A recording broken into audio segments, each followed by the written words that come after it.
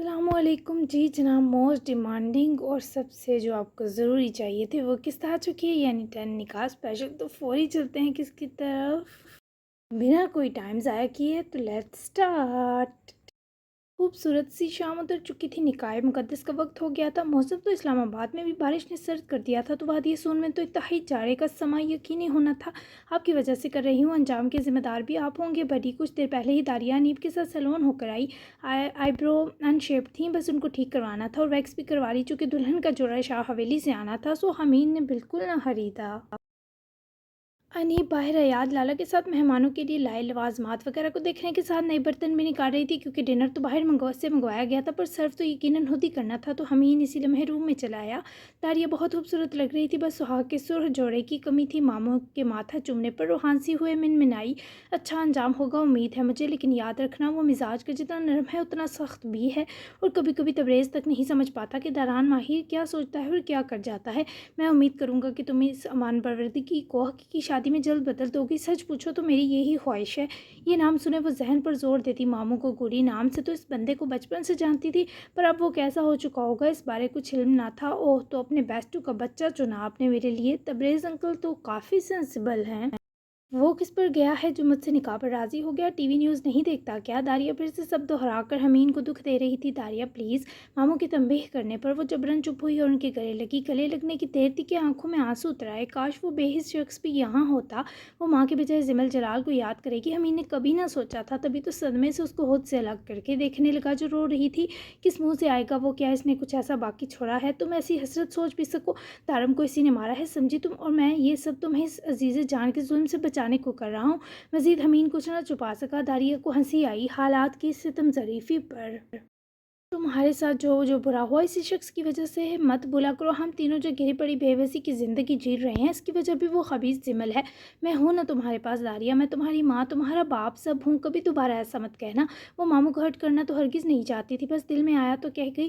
نہیں کہوں گی، پر وہ قاتل کیوں بنے اس کی رازدان بھی صرف میں ہوں بڑی۔ اول 3 حرفی جملے سے وہ حمید کو ہرٹ کرنے کی تلافی کر گئی، اور باقی بس ماموں کے سینے لگے سوچ ہی سکی۔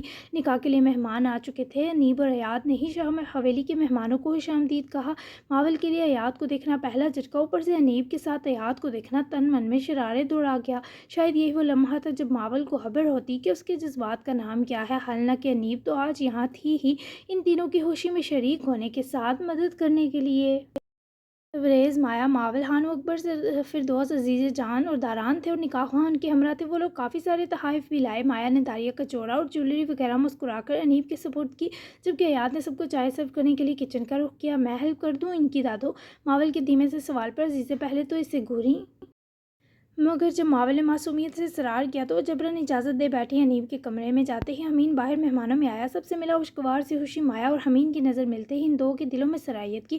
عزیزے اور داران کے تاثرات ذرا سپاٹ تھے، باقی سب بھرپور خوش دلی سے ملے تھے۔ مجھے امید نہیں تھی آپ بھابھی کے بھائی نکلیں گے۔ وہ اچھے پن کا ڈرامہ آج تبھی کیا تھا نا کہ کہیں میں بگڑ نہ جاؤں اور آپ کی بہن کا رشتہ نہ ٹوٹ جائے۔ ایاد جو پروفیشنل طریقے سے چائے کپس میں ڈال رہا تھا، ماول کی عقب سے آواتی آواز پر جبرے بینچ کیا پر پلٹنے کی غلطی نہ کی۔ تمہیں جو سمجھنا ہے سمجھو۔ گویا اس کی کسی بات کو اہمیت نہ دی۔ وہ لڑکی جو باہر ہے اسمائل پاس کیے آپ کو دیکھ رہی تھی، گرل فرینڈ ہے کہ آپ کی؟ یہ محبت گنگریالے بالوں والی، جس جانتے ہوئے کہ ایاد بات سے احتیاط کر رہا ہے، وہ ساتھ ہی آ کر ایاد کی طرف چہرہ کیا آگے کو سرک کر بولی، تو ایاد نے نظریں گھما کر ماول پر ڈالیں۔ ہاں، گنگریالے بالوں والی پسند ہے مجھے، اینی پرابلم؟ اس لمحے وہ جلن کا اس قدر شکار تھی کہ سمجھ ہی نہ سکی کہ گنگریالے بال تو اس کے بھی ہیں، بس دل چاہا ایاد کے بال نوچ لے۔ تو کنوارے کیوں پھر رہے ہیں؟ اوہ، بہن کی شادی کا ویٹ ہوگا یقیناً۔ تو پھر ہم کب امید رکھیں آپ کے ولیمے کی زردے کا؟ اپنے اندر کی جلن پر ماول سے قابو پانا محال ہوا۔ ایاد نے اس کے اندر تک جھانکا۔ مہمان ہو تو مہمان کی طرح بیہیو کرو ماول، بدتمیزی کرنے کی ضرورت نہیں ہے، جاؤ باہر۔ اس کے بے باک تیور مامتے ایاد نے کچھ سنگین ہو جانے کے ڈر سے پہلے ہی جاڑ دیا، جبکہ ماول نے اپنے امڑتے غضب کو گہرا سانس کھینچے انہیل کیا۔ یس، جا رہی ہوں، مبارک ہو آپ کو گنگریالے بالوں والی۔ جاتے جاتے بھی اپنے اندر کا دھواں اگلتی گئی، جبکہ ایاد نے ایک نظر کچن کے دروازے سے باہر جاتی ماول پر ڈالی اور تیش زدہ سا ہوا۔ کتنا بڑا رزق لے بیٹھا ہوں، بے وقوف لڑکی۔ اپنی حرکت پر خود ہی غصہ آیا، جبکہ اختتام تک ماول پر اترا۔ داران بلیک میں بہت پیارا اور ڈیسنٹ لگ رہا تھا، لیکن جناب بیٹھے ایسے تھے جیسے زبردستی کی گئی ہو۔ दारिया को वो ओल्ड फैशन लहंगा बहुत पसंद आया। कलर भी डार्क मैरून और गोल्डन था, जबकि दारिया पर वो इस कदर खूबसूरत लगा कि अनीब ने कई बार इसका सदका उतारा। वो कई बार ब्राइडल शूट्स कर चुके थे, पर जो निखार और रूप आज दारिया पर था वो बिलाशुबा दारान माहिर की निस्बत के सबब था। माया के लिए भी हमीन की मौजूदगी एक सरप्राइज़ रही और इस सबब वो पूरा वक्त एक मीठी सी मसरूरी में मुब्तला रही। कुछ देर में निकाह की रस्म निभाई गई। निकाह वहाँ हमीन और याद खुद ही रूम में आए और दारिया से रजामंदी ली, जबकि दारान का भी निकाह बाहर सबके बीच हुआ। इस नेक ताल्लुक़ के लिए सबने मिलकर इज्तिमाई दुआ की, जबकि डिनर लगाने का इंतज़ाम भी अनीब और अयाद ने मिलकर ही डाइनिंग हॉल में किया। और मावल का बस ना चल रहा था, कहीं गायब हो जाती पर अयाद को इस लड़की के साथ ना देखती। दारिया ने आईने के सामने खड़े होकर अपने रूप को देखते स्माइल पास की। वो खुद को भी खूबसूरत लग रही थी। दारान माहिर शाह, नाम तो बहुत खूबसूरत है तुम्हारा, देखते हैं तुम्हारी अमान कितनी खूबसूरत है। पता नहीं क्यों, लेकिन सिर्फ एक निकाह की रजामंदी देने से मुझे ऐसा महसूस हो रहा है कोई हिसार कायम हो गया हो मेरे गिर्द हिफाजत का। ये वाकई तुम्हारा असर है या मेरी खुशफहमी, आई डोंट नो। लेकिन मैं इस हुडी वाले अपने असल मुहाफिज की तलाश हरगिज़ नहीं रोकने वाली, क्योंकि तुम मेरी अमान हो। लेकिन वो शख्स जिसने मुझे फ्लोरेंस पुकारा वही मेरी मंजिल और मेरा आखिर है। वो खुद से इस रिश्ते के जुड़ते ही अहद बांध रही थी, ये जाने बिना कि उसकी मंजिल ही उसकी अमान में अल्लाह ने मख्फी कर दी है।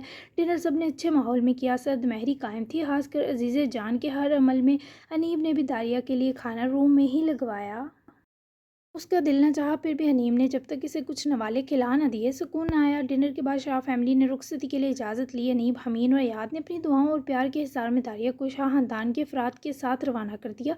हाँ, ये लम्हा तीनों को भी जज्बाती कर गया, पर अनीब ने मामू और लाला को संभाल लिया और तसल्ली दी कि दारिया के हक में यही बेहतरीन है।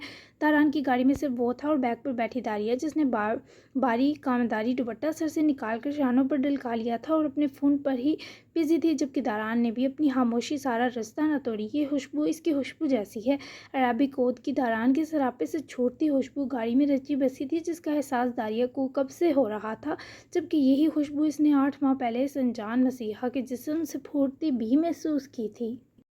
सेम भी तो हो सकती है, तुम भी ना दारिया, हर आदमी में इसी को तलाशती हो। अपने ख्यालात खुद ही झटक कर वो खिड़की से बाहर देखने लगी। बहुत लंबा सफ़र था और खामोशी से काटना था, तभी वो थक भी ज़्यादा रही थी। दारान ने एक बार भी फ्रंट मिरर की तरफ देखने की जहमत ना की, लेकिन दारिया ने जब जब नज़र घुमाई दारान की लापरवाह निगाहों पर ज़रूर जब्त की। कुछ नहीं बोलेगा ये नेक परवाना, चल दारिया सो ले थोड़ा। बिना आगे बैठे नकचड़े को अहमियत दिए दारिया आंखें मूंद गई। यहाँ वो आंखें बंद हुई, वहीं वो ओशन ग्रेश ब्लू आंखें फ्रंट मिरर से इन बंद आंखों को ताड़ने लगी। अपने पास तुम्हें देखकर अजीब सी कैफियत है फ्लोरेंस, मैं मुनाफिक हूँ या मेरे ख्यालात समझ से बाहर है? बहरहाल दारान माहिर की राजदान तुम जैसी ही होनी चाहिए। उसकी नींद देखते हुए दारान ने इतनी मध्यम खुद कलामी की कि इसे भी बमुश्किल सुनाई दी। फिर दारिया तक पहुँचना तो नामुमकिन था, जो मज़े से सो चुकी थी। भाभी जानू दादो कह रही हैं ये जोड़ा उतार कर दे दें। सॉरी, ये बहुत गंदी बात है, लेकिन वो इस जोड़े को लेकर बहुत हसास हैं। अभी 2 मिनट पहले तो माया दारिया को दारान के रूम में छोड़ कर गई थी। साथ ही मावल की एंट्री पर दारिया ने पहले तो अजीब नज़रों से मावल को देखा, फिर उठ खड़ी हुई। मैं इसका कफन बनाकर दफन नहीं हो रही थी कब्र में, हद होती है। रुको, यहीं मैं उतार कर देती हूँ, दे आना अपनी दादो को। दारिया को यकीनन बहुत बुरा लगा, पर मावल बेचारी क्या करती। दादो ने दारान को हुक्म दिया और दारान ने लगा दिया मावल को काम पर। 5 मिनट तक दारिया तमाम ज्वेलरी और मेकअप से आज़ाद, गुलाबी चेहरा जो गुस्से और मुशक्क़त के सबब था, नाइट सिल्क का ट्राउज़र शर्ट पहने बाहर निकली और जोड़ा ऐसे ही गोल मोल दुपट्टे में लपेट कर मावल के हाथों में थमाया। कहना दुलवा लाजमी ले, कहीं मेरी बदनामी का जरासीम न रह गया हो इसमें।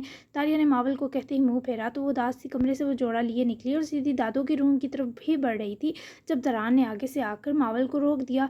चलो अब सो जाओ, जाकर दे दूंगा दादी सरकार को। मावल से जोड़ा छपटते चलता किया तो वो फैलाती वहाँ से चली गई, जबकि दारान ने अपने हाथ में लिए जोड़े को देखा। चेहरा स्पॉट ही था और बजाय दादो के कमरे में जाता कहीं और गया। ये कमरा भी बहुत खूबसूरत था। दारान ने वो जोड़ा लाकर अपनी कबर्ड में लगे क्लॉथ बैग में लगाते हैंग किया और चेहरे पर गुस्सा सा सजाए कमरे से निकल गया। उसके कदमों का रुख अब अपने कमरे की तरफ था, जहाँ दारिया मौजूद थी। तो मेरे कमरे में किसकी इजाज़त से आई हो? दरवाज़ा खोलते ही पुरजमाल वजी चेहरे के तने हदोहाल मज़ीद अकड़े। वो जो ड्रेसिंग के सामने खड़ी अपना अजीबोगरीब घोंसला नमा बन खोलने के चक्कर में इसी से उलझ रही थी, झटके से पलटी। एक लम्हा स्याह में दमकते हुस्न के मालिक ने हिस्सों को झंझोर डाला, लेकिन वो दारिया थी जिसे संभलने में बहुत महारत थी। फ़ौरन दारान से नज़र हटा ली। तुम्हारी जब मुँह खोलकर कबूल है किया था। प्लीज़, इस वक्त मैं बहुत थकी हुई हूँ, अगर लड़ना मरना है तो कल पर रखते हैं। वो रहा काउच, मैं वहीं सोऊंगी, तुम्हारे शाही तख्त पर साया भी पड़ने नहीं दूंगी अपना। दारिया ने ज़िंदगी से बेजार लहजे में बहस और तकरार और दारान माहिर की जान फरसा मौजूदगी और नज़दीक जान छुड़वाई। जुड़े के खुलते ही सुनहरी बाल कमर तक खुलकर लहराए। शुक्र करती इससे पहले वो सोफे पर जाकर गिर पड़ती। तारा ने उसकी बाजू पूरी कुव्वत से पकड़े, बालकनी का दरवाज़ा खोले, लम्हा लगाए से साथ बाकायदा घसीटे बाहर धकेला। इससे पहले वो इस दर्जा हैवानी सलूक को पकड़ पर कोई एहतजाज करती। ग्लास डोर मुंह पर बंद किए, वो सफ़ेद सुनहरी पर्दे आगे गिराकर सफाकियत से कमरे की जानिब पलट गया। वाट कमरे से निकाल देता तब भी समझ आती कि 2 फीट की बालकोनी में लटका कर साबित क्या करना चाहता है। ओ हेलो, तुम क्या समझते हो उसको बकवास आदमी। तारिया ने हल्के बल चिंगारते पुकारा, मगर ग्लास डोर से उसकी आवाज़ अंदर जानी नामुमकिन है, यही सोचकर पलटी और रेलिंग को थाम कर खौफजदा हुए नीचे लान अहाते में नजर घुमाई। सारी रात इस ठंड और बारिश में कैसे रहूं, यहाँ तो लग ही नहीं रहा जुलाई का महीना है। उफ, अभी से पैर सुन है, सर्दी से बंदा कोई रस्सी ही रख देता कि जिससे नीचे चली जाती। आंग लगाई तो अपनी ही हड्डी टूटेगी। उफ यार मामू, किस जहन्नम में फंसा दिया आपने मुझे, क्या करूँ। दारिया ने पलट कर सिल्की पर्दों की जरा ओर से अंदर झांका, जहाँ मसूफ ब्लैक शर्ट उतारकर वार्डरोब के पास स्लिम फिट पैन में खड़े दूसरी शर्ट निकाल रहे थे। दारिया ने की नज़र उसकी चौड़ी कसरते सीने पर बने 2-3 बेल्ट के निशानों पर गई। सारी हफ्की बुलाए वो मजीद गिलास से जा लगी ताकि यकीन कर सके वो गोलियों के ही निशान हैं। 3 गोलियां, फिर भी ये जिंदा है। ऐसी हरकतों पर इसे ठोका जाता होगा, हार्टलेस आदमी। नई नवेली दुल्हन को कोई इस तरह ठंड में बाहर धकेलता है। क्या करूँ, एक बार इज्जत नफ्स साइड पर करके दस्तक दे लेती हूँ, शायद रहम खा ले। तारिया ने खुद कलामी करते फौरी ग्लास डोर जोर से पटका, जिस पर वो दूसरी मैरून शर्ट अपने शानदार वजूद पर चढ़ाता वापस पलटा। दिल की पर्दा हटाकर आधी भीग चुकी दारिया को तमस हराना ओशन ग्रेश ब्लू काबी नज़रों से घूरते नज़र में मरकूज किया, जिसकी तबश के सबब दारिया का गलास डोर पीटता हाथ हल्क सा खुश्क पड़ने पर थमा। प्लीज़, मुझे ठंड लग रही है, अगर तुम मुझे कमरे में नहीं देख सकते तो रूम से बाहर जाने दो, पर यूँ देखो बिजली कड़क रही है, मुझे बहुत डर लगता है। तुम सुन रहे हो मनूस आदमी। दारिया ने पूरी कुव्वत से ऊंची आवाज़ में से होश दिलाई, जिस पर वो वापस पर्दा अच्छे से सेट करता है। इस पर कोई और भी छोड़ कर ना गया। दारिया का दिल रोने को तो चाहा, मगर इस वक्त गहरा सांस भरे वहीं बैठकर अपनी किस्मत को कोसना ही मुनासिब लगा। किस किस्म का शफाक इंसान है। उफ, एक बार मुझे अंदर आने दो दारान माहिर शाह, मैंने तुम्हें तुम्हारी नानी ना याद दिलवाई। तो मैं भी दारिया नहीं, या अल्लाह वो नहीं मान रहा। आप ही ये बारिश ज़रा रोक दे प्लीज़, वरना नमूनिया हो जाएगा। जी शूटिंग का क्या होगा, और बिना इस आदमी के सबक सिखाए मैं मर गई। तो दारिया को रह रह कर खौफ आया, मगर तारान जाकर सो चुका था। इसमें इस वक्त रहमत तरस जैसे सॉफ्टवेयर नहीं थे। बारिश रुकी तो नहीं, अलबत्ता सारी रात बादल चमकते रहे। हल्की हल्की बूंदाबांदी और तेज़ सर्द हवाएं दारिया को ठठराती रहीं। सिंगल सी ब्लैक सिल्क शर्ट और पाजामे में मलबूस थी। ठंड ने वाट लगाती थी, मगर खुशकिस्मती से स्टार्च का असर ना हुआ। फिजिकली वो काफ़ी स्ट्रॉन्ग थी। रात सारी दारान माहिर को बदवाएं देने में कटी। फजर के बाद दारिया भी वहीं बैठे बैठे सो गई। तब जागी जब धूप की मुलायम पर हिद्दत किरणें उसके चेहरे को गुदगुदा कर जगा रही थी। इसमें गर्माइश थी। आसमान भले बादलों से अटा था, पर कभी कभी उनको चीर कर सूरज मियाँ आंख मचोली के करतब दिखा रहे थे। दारिया ने जमाई लेते सामने आसमान का खूबसूरत मंजर देखते मुस्कुराहट दी, मगर जब गर्दन फेरी तो वहीं ज़मीन पर धुआं उगलता क्रीमी चाय का कप देखे दारिया की पूरी आंखें खुल गईं। और सोने पर सुहागा, इस पर बारीक ब्लैंकेट का होना जिसने दारिया को काफ़ी हरारत बख्श रखी थी। ये दारिया ने खुशगवार हैरत से उस पर मौजूद ब्लैंकेट चूहे पकड़ कर हटाए, ज़मीन पर रखा मग उठाया और उठी। ग्लास डोर पर हाथ ही रखा कि वो खुलता गया। कमरा बिल्कुल सुनसान था, मगर वहाँ फैली दारान माहिर की मुनफरिद खुशबू यूँ बिखरी थी जैसे वो अभी भी कमरे से निकला हो।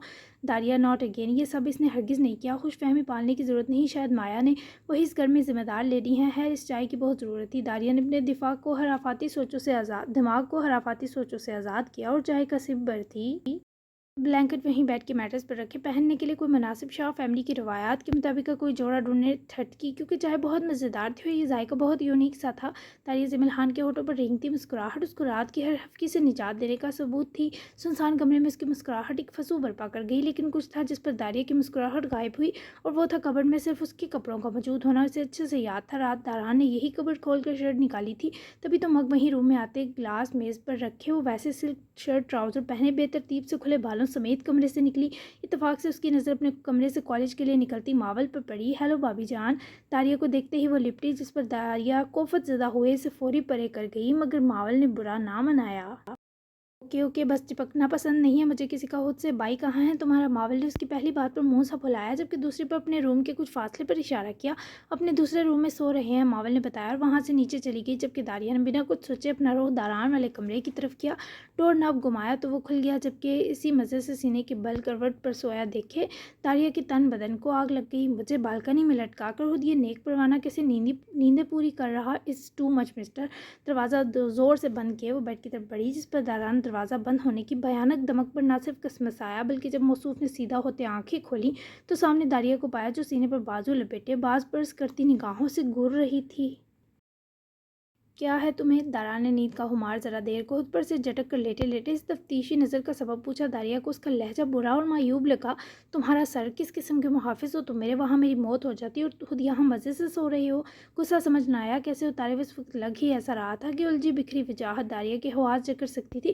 اس کے ساحرانہ لکس پر کوئی بھی لڑکی بنا سوچے فدا ہو سکتی تھی۔ جولائی کی بارش میں کوئی نہیں مرتا، جاؤ سونے دو، نیند کو قربان نہ کرتے، سمجھانے والے انداز میں کہہ کر واپس سونے کی کوشش کی گئی، جبکہ داریا نے جھک کر اس کے ہاتھ سے نرم تکیہ بے تکلفی سے جپٹ لیا۔ بھلے جولائی کی تھی، ٹھنڈ تو دسمبر والی تھی، کیا ہم الگ رومز میں رہیں گے؟ داریا نے مقابل کے غصے کے سبب فوری جتانے کے ساتھ اہتمام کام کے سوال پر کیا۔ بالکل ہم الگ رومز میں رہیں گے، داریا سے اٹھ کر تکیہ جھپٹتے سلگ کر جواب دیا۔ دارا نے منہ موڑا اور واپس گرنے کے انداز میں لیٹا۔